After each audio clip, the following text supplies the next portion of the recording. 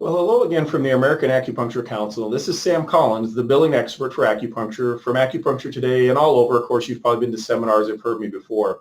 Well, I'm very excited this month to be sitting next to Marilyn Allen, who's one of the best advocates for acupuncture that I'm well aware of and know really is worldwide. And so today's program really is going to be focusing on where is acupuncture at, where is the movement towards, and the reason we're doing it in this manner is because both Marilyn and I think, agree that this is probably one of the best times to be an acupuncturist. And so with that, Marilyn, I want to welcome you and say thank you for being here, Marilyn, but also to say, what are your feelings about that position of acupuncture right now? Well, I've looked at the history of this, and I believe this is the best time, literally in the history of this medicine.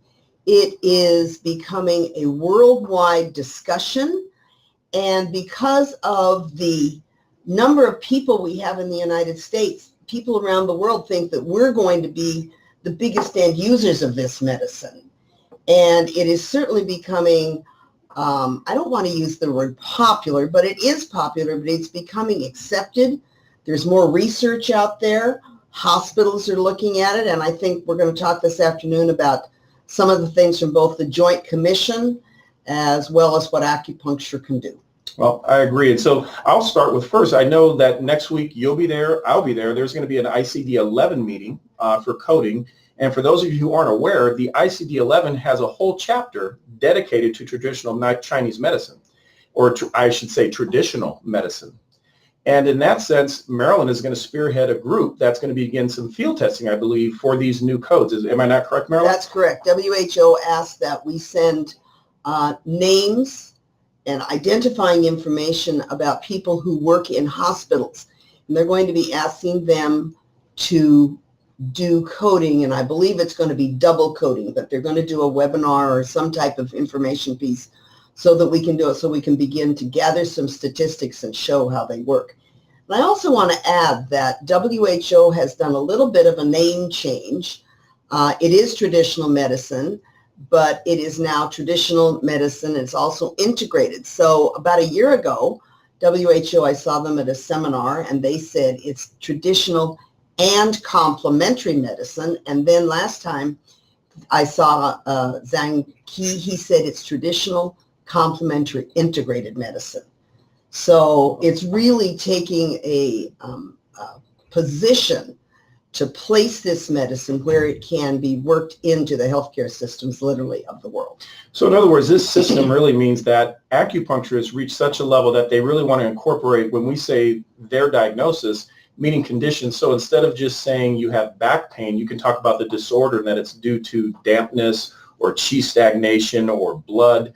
And I think that's going to be far different from what we're used to. Not to say that you couldn't code back pain, but doing it in the traditional way allows the acupuncturist then to focus on the method or style that they would treat, not stuck with only a Western model. That's correct. And they will be able to actually work better in the system because they're the ones that are trained. And I really think we need to get the message out that acupuncturists have thousands of hours of training, not just a short train, but they're licensed, not just certified. And that's important. But we have to start with patients in the office is how we start talking about that. Well, certainly. So now here's the important part for me is so clearly now the world and WHO has set forth that, I know we're dealing with ICD-10 here in the U.S., but realize ICD-10 has been used in the world since about 1990.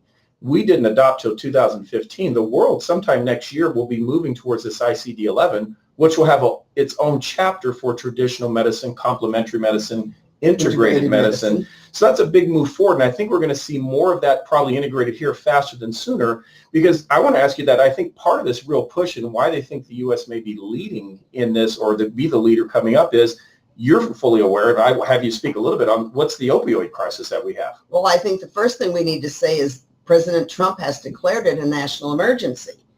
And there was just an article in recently about how many people are losing their lives to opioid and the backload of morticians that are having to look at things from the morgue, and they're not able to handle the number of people. And the opioid issue is a big issue. It isn't just street drugs, but it's the pharmaceuticals. And I know that the Joint Commission has taken a position on that. You'd like to talk about that? Oh, yeah. Well, I think people have to think the opioid crisis is not criminal in the sense that these people are out illicitly purchasing drugs. It's literally prescription. Yes. They've got pain. The doctors are doing the tools that they have, and the tools that they have, standard is to give them medication. And we know over time it just doesn't work well. There's lots of side effects. And so to start with, I want to kind of take these in order. About, 2 years ago, the VA, so when I say VA, I mean Veterans Administration, began authorizing acupuncturists through a program called the Veterans Choice Program, or PC3, where veterans, not active duty, can get access to an acupuncturist and receive authorization for care.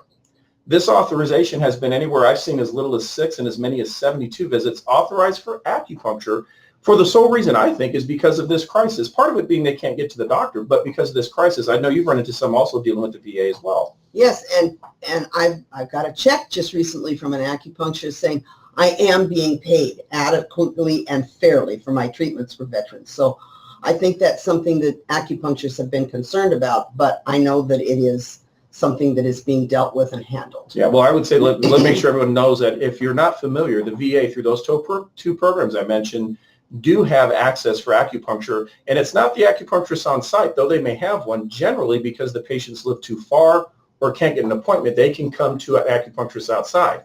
However, this acupuncturist has to be registered with the VA, and there's 2 companies. On the West Coast, it's mostly a company called TriWest, and on the East Coast, HealthNet. And either one, you have to be part of it. The member, meaning the veteran, has to seek the care. Then they're going to authorize directly. So now what they generally authorize are exams and acupuncture, and maybe even a little bit of physical therapy, heat or otherwise. But the reimbursement is pretty good. Now, I want to make sure everyone understands the reimbursement levels are based on Medicare.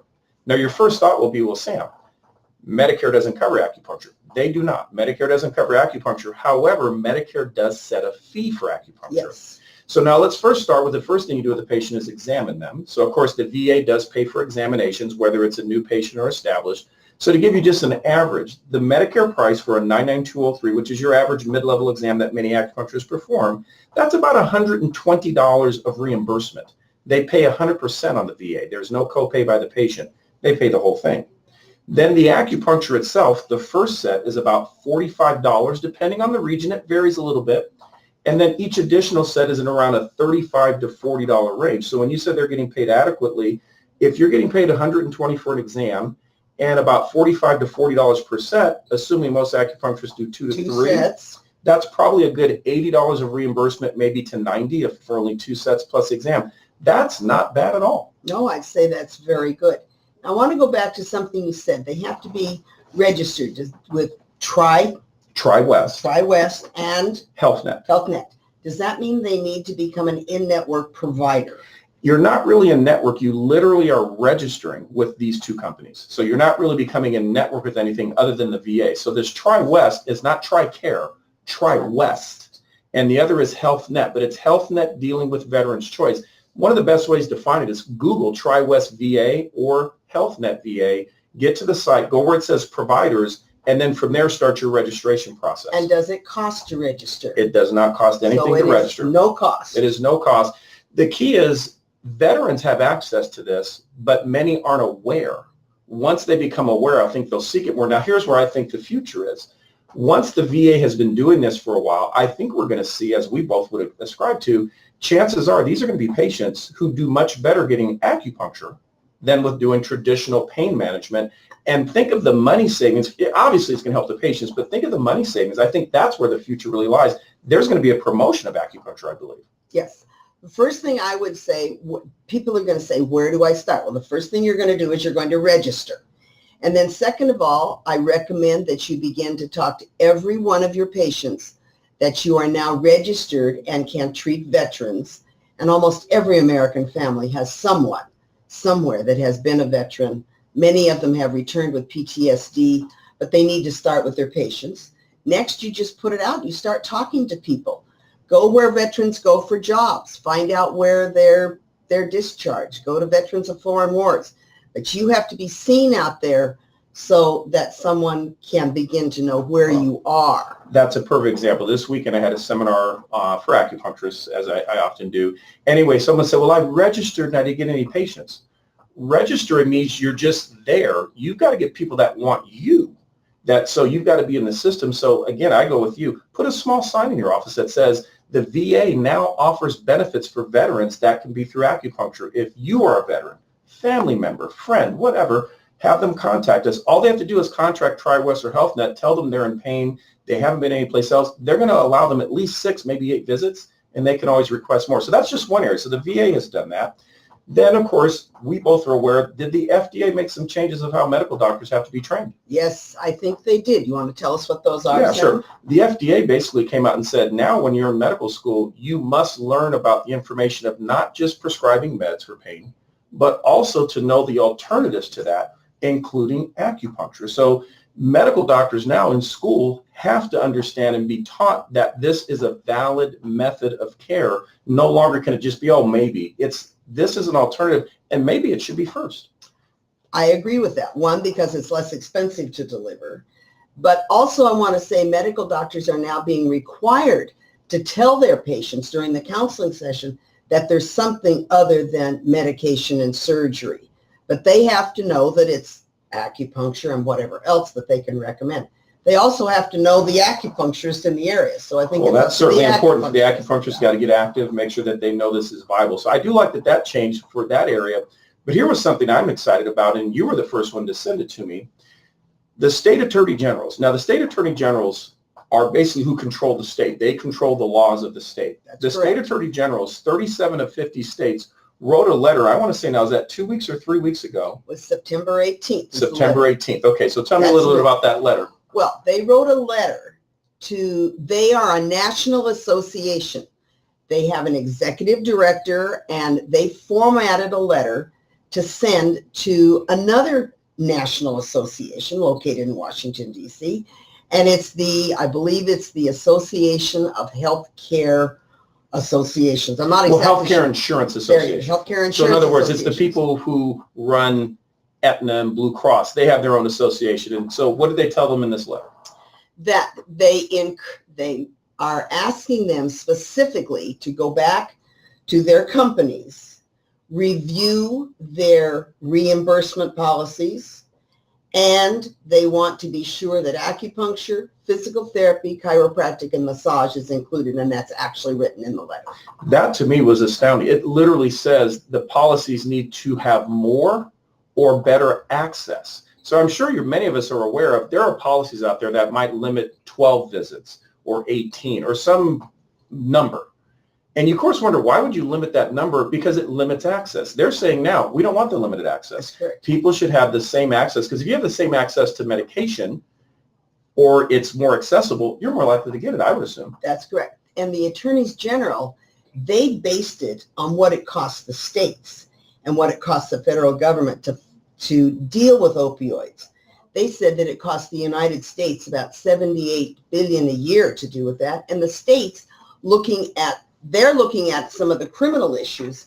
It's over $8 billion a year in each state. That's a lot of money to be spending on this. And they put everything in statistical analysis, backed up with every paragraph of what they asked for. They gave statistics on everything. So it's a very powerful letter, Sam. Yeah, to me, it basically says if the attorney general is saying you need to do something, I have a tendency to believe they're going to follow that, because they're the ones that create the laws. Because if you don't do what they like, they have the power to do something against you. You either make a change or you don't. So I think that's very powerful. And I think it comes back to, it's not just because they say, I love acupuncture and they're great. They're saying, we see this viable alternative that will cost us less money to utilize. So ultimately, it's good for the profession, but ultimately they see it as, statistically, how much does this better society? How much does it better our bottom line? It's like two big associations opened this conversation about the elephant in the room, and it's a very powerful conversation. So in a way, the opioid crisis is horrible, and it's devastating to communities, because it's not illicit drugs, and that's what people have to remember. This is your regular everyday guy trying to go to work. That's right. This has created a place where finally acupuncture, I think, is going to take a foothold, because imagine now if insurances have to cover acupuncture better, is that going to open more opportunity for acupuncturists to see more people? Absolutely. Absolutely. And I think that if the coverage is more open to more people, once a person tries acupuncture, my personal experience is I have very seldom, I meet a lot of people because I encourage everybody to try it, I very seldom have had someone said that was disappointed. That I'll never say that everyone said it was perfect and it worked wonderfully. However, I've never had anyone come back and didn't have a positive that it helped them.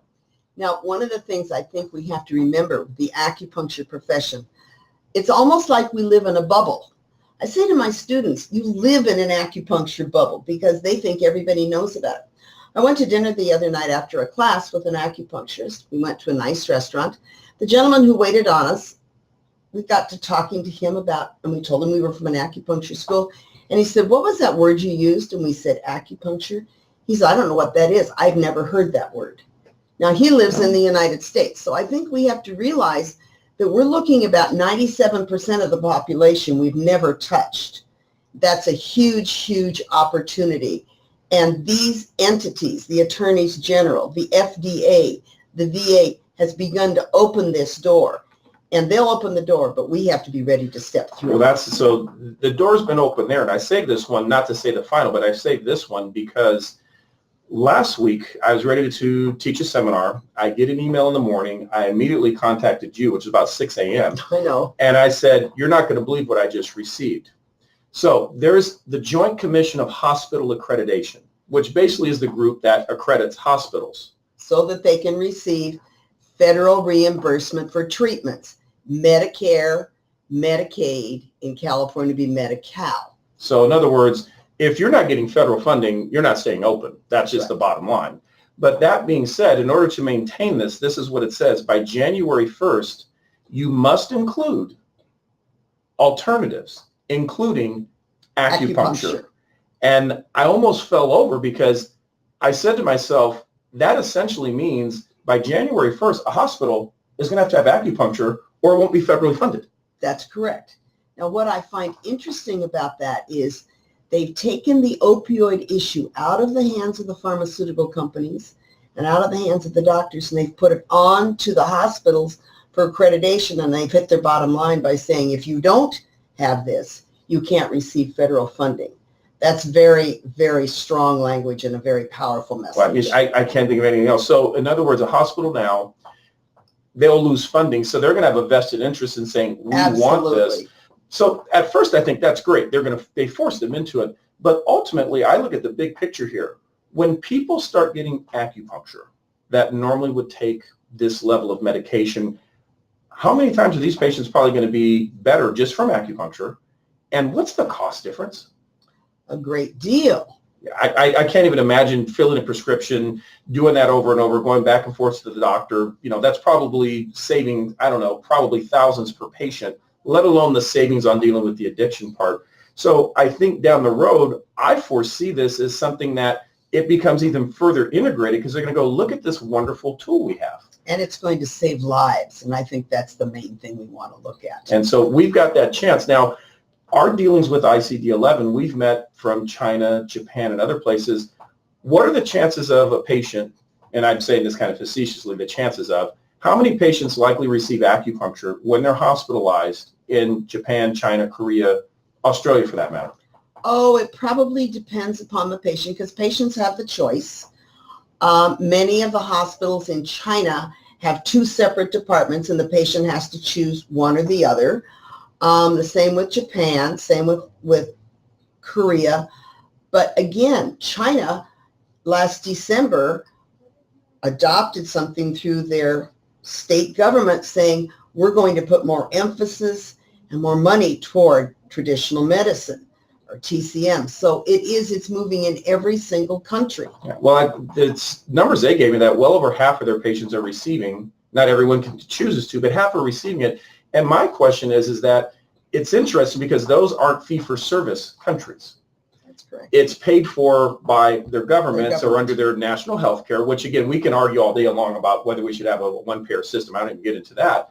But it's interesting to me that systems that now don't make a profit but have to just break even have implemented more acupuncture because it saves the system money. That's how this whole discussion started back in 1999 with the United Nations, when the countries who give socialized medicine said to the United Nations, we can no longer afford the high cost of diagnostics, the high cost of pharmaceuticals, and the high cost of surgical interventions. We need something else to put in our system so that we can cut costs. We have more people, not as many providers, more people looking to get the service. So it takes a long time, but it's like, I always say we're at the crest of a tsunami. It's like the tsunami is here, and we as a profession have to be able to step into that tsunami and not be afraid. Well, so for me, it comes back to, we need to make sure that, do we have our acupuncturists prepared for this, a good understanding? Because if you're going to work in a hospital setting, would you suggest that documentation there is going to be a little bit different than what they might do in a private practice? They're paying cash.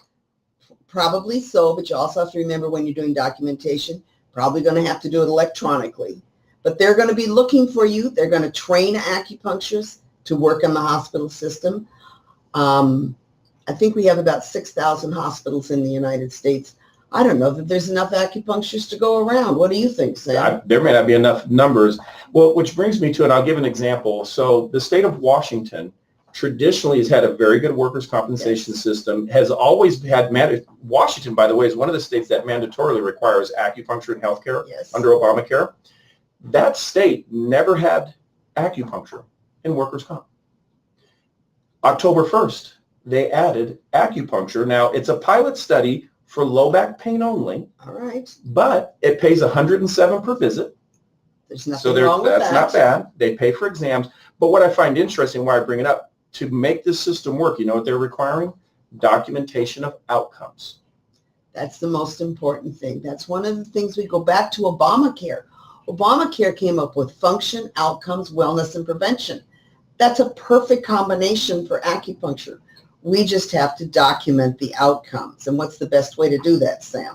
Well, the best way, so the two things that they use here, they use these outcomes, are called an oswestry, which is just the person's name, but it's a low back index where the patient essentially fills out a 10-question protocol, and based on those answers, they score it, and they're just looking to see that the patient improves. So what I like here is that an acupuncturist may or may not do a Western exam.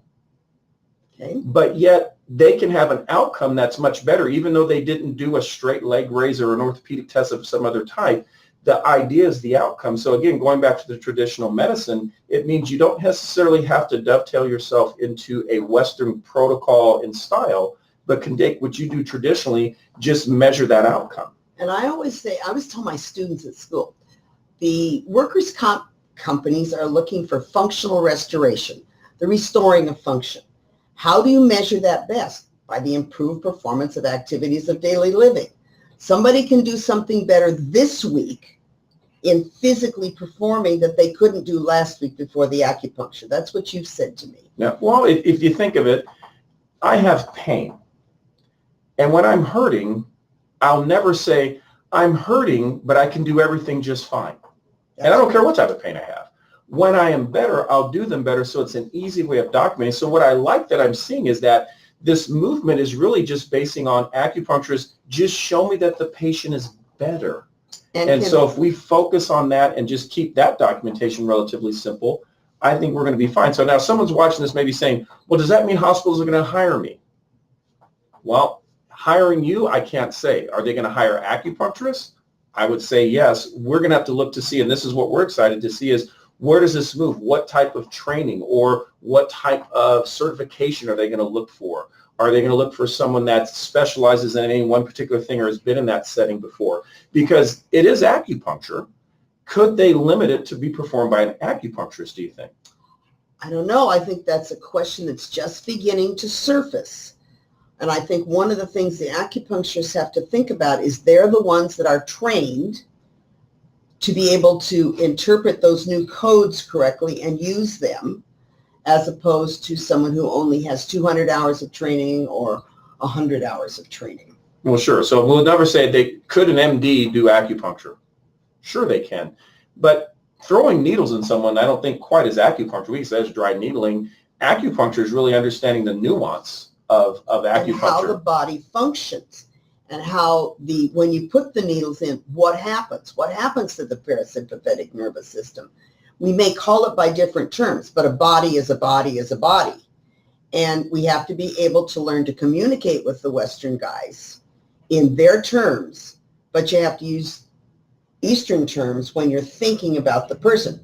So you've really got the best of both worlds. Well, that's what I think ultimately It's just giving me the outcome, but it's how we interpret. I think this is the importance of ICD-11, and I think it's interesting how this is all kind of combining, and maybe it's just the natural way combined because of the opioid crisis, but I think what a better time for ICD-11 with this integration towards that, because the U.S. spends more money on healthcare than any other country. That's a lot of that healthcare is spent on administration and things that aren't healthcare. So if we could focus back to get acupuncture to help, it can take some of those dollars that are spent elsewhere and put it back into the system to really be for patients. That's right, because we're moving toward patient-centered care, and it's a different model. Where they want to move to. I noticed recently there was an article about hospitals aren't building more hospitals; they're building medical clinics, so that the patient is the center of the care. The patient has to be part of the treatment plan. So does the families, because it takes everybody to keep people well or to get them well. Now, you know what I'm going to say to that, Marilyn? Does that kind of sound like what acupuncture has always been? I just wonder, Sam. I think I that's do, because here's one of the things I've said this, and someone who knows this, you're going to say, well, Sam, that's not quite right. However, there's a term or a theory called Occam's razor, which is essentially a very complex question. Often the best answer is the simple one.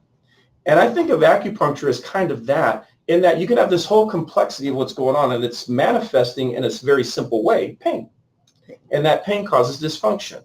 Acupuncture looks at that pain, interprets how that's manifesting, reverses that, and gets your body's rhythm functioning properly and gets rid of it. So in other words, it's taking the Occam's razor in the simple instead of making it overly complex. And again, let's just say we're not going to be perfect. No one's going to say acupuncture is the end-all, be-all, cures everything. But what if that helps half? That's correct. What if it helps 75%? And I think this is the excitement. So we've got the VA bringing in acupuncture because they realize they've got a crisis to help. The FDA has pushed it across. So is NIH. They have the National Institutes of Health has pushed this. So everyone's moving this. Yes. The Joint Commission has made it hospitals now. So all of a sudden when we see this, I think acupuncturists have to be ready to take forth this and be able to move forward with it, because we want to make sure, I think, we handle it, because otherwise, if we don't, will they put it in a position where they might have others? That's correct. And that would be my concern. Is that, and then too. we lose really the whole onus behind it, because dry needling, I'm not going to put it down, but that you may have a trigger point here, but it may not be the reason for the trigger point. It's not the trigger point. There may be something else. And so I think that's the essence of acupuncture. I was going to say, I think that's what acupuncture does. They're able to go down literally and find the root cause. It may not be the same place the pain is manifested. It may be coming from somewhere else. But that's the skill set that acupuncturists have because of their amount of training. So I think it's the best time. I want to say congratulations to the acupuncture profession. And let's get on this boat and ride it. That's my opinion. Let's get on that. And that's what we wanted to spend time to just say, look at these things that have all happened essentially, other than the VA, within the last month. Yes, 30 days. It's moving very fast. It's moving very fast. So we'll keep you abreast. We're going to keep our finger on it to know what's going on, to make sure that you get information on it. But this is just the beginning. So a lot of this information you'll be able to find Google. Be careful. I will say this. Stay off of blogs and Facebook. Yes. Blogs and Facebook sometimes might have some misinformation, so always vet the information to make sure, am I getting something correctly? But take a look at the sources. So Joint Commission for Hospital Accreditation, the FDA, the Veterans Choice. Remember, don't look for VA. It's not for active duty. It's not TRICARE. It's TRI-West. That's the west side of the United States. And that's the western coast and south, whereas the East Coast is mostly Health Net. But I think this is a great time. I'm very excited. We're going to come back to you again. We're going to go to the ICD-11 in just a few days, go there and get this field trial started. But I think this is something to say we're really kind of rounding to an area that I think we're going to see unprecedented growth and acceptance for acupuncture. Just get on for the ride. Get on for the ride. So we really thank you for taking some time to listen in, and we're here to support you. The American Acupuncture Council, I run the network. What the network is a service that we help you understand coding and billing. We do continuing education seminars across the U.S. Simply just go to our website, aacinfo.com. We offer seminars. Click there. If you need a basic insurance seminar, click on that. It's all online. In addition, we also offer a service called the network. So if you want day-to-day help, in fact, if you want to make me part of your office, Simply join the network. It gives you access to call me, email me, or fax me questions on an unlimited basis on anything. It could be as simple as coding, but more complex. Hey, I got denied, or hey, I got a VA claim. What modifier do I need? You don't need any, but I just want to warn you that I help you with those things. So take a look at the site. You'll find we have a lot of information. Our goal is to make sure you're successful. And Marilyn, what about you? Thank you so much for listening to us, AAC for Malpractice Insurance. This is part of the reason that we're trying to bring to you information that will help you. We are still the insurance company that serves you across the United States. Thanks for being members, and we'll talk to you soon.